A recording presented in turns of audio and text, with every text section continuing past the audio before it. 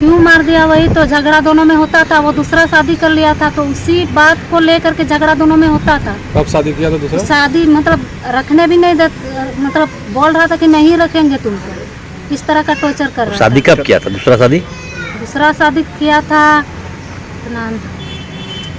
22 तारीख को। हाँ 22 तारीख को लाया लड़की को।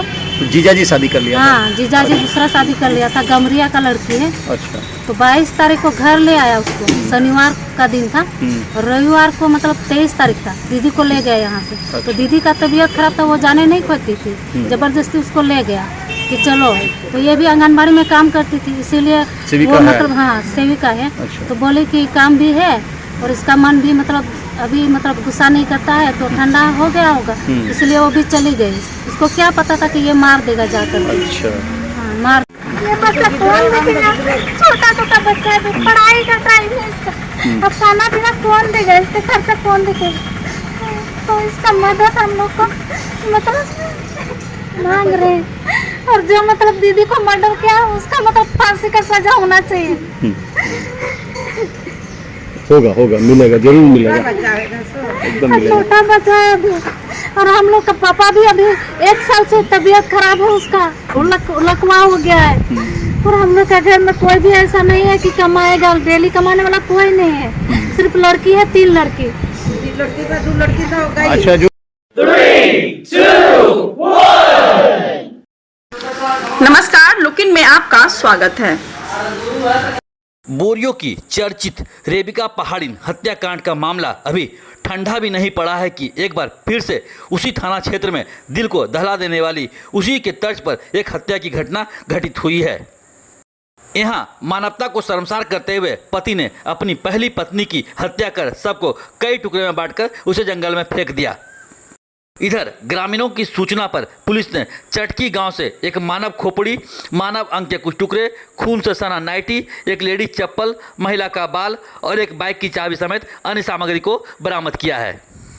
परिजनों ने उक्त सामग्रियों को देखकर इसकी पहचान लापता हुए मालती सोरेन के सामग्री के रूप में की है।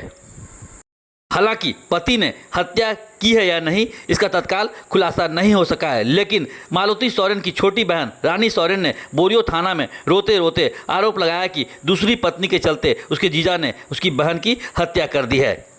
दरअसल बोरियो संथाली निवासी मालती का विवाह वर्ष 2006-07 में बांझी चटकी गांव निवासी थालू किस्कू के साथ हुई थी। मालती बांझी चटकी गांव में आंगनबाड़ी सेविका के रूप में कार्य करती थी। परिजनों के अनुसार पति से झगड़ा होने के बाद बीते 19 अप्रैल को मालती अपना मायका बोरियो संथाली आई थी। बाद में 23 अप्रैल को उसका पति तालू किस्कू बोरियो संथाली आकर अपनी पत्नी मालती को साथ वापस ले गया था। मालती की बहन रानी ने बताया कि बीते 27 अप्रैल से उसकी बहन घर से लापता थी।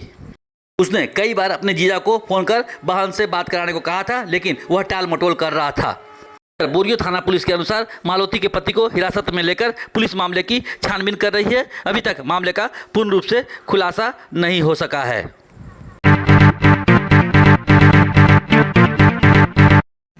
मेरे बहन के साथ मतलब यहाँ 23 तारीख को ले गया जीजा जी। तो वहाँ जा करके मतलब 3 दिन रह करके मतलब 27 तारीख को गायब हो गया।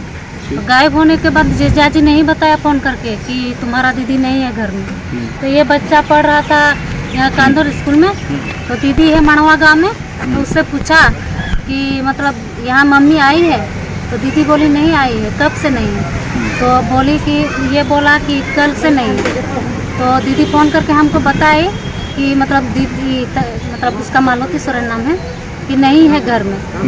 तो हम जीजा जी के पास फ़ोन किए और पूछे उसको कि दीदी से बात करवाइए। तो बोल रहा है कि नहीं है घर में। तो हम बोले कि कहाँ है दीदी?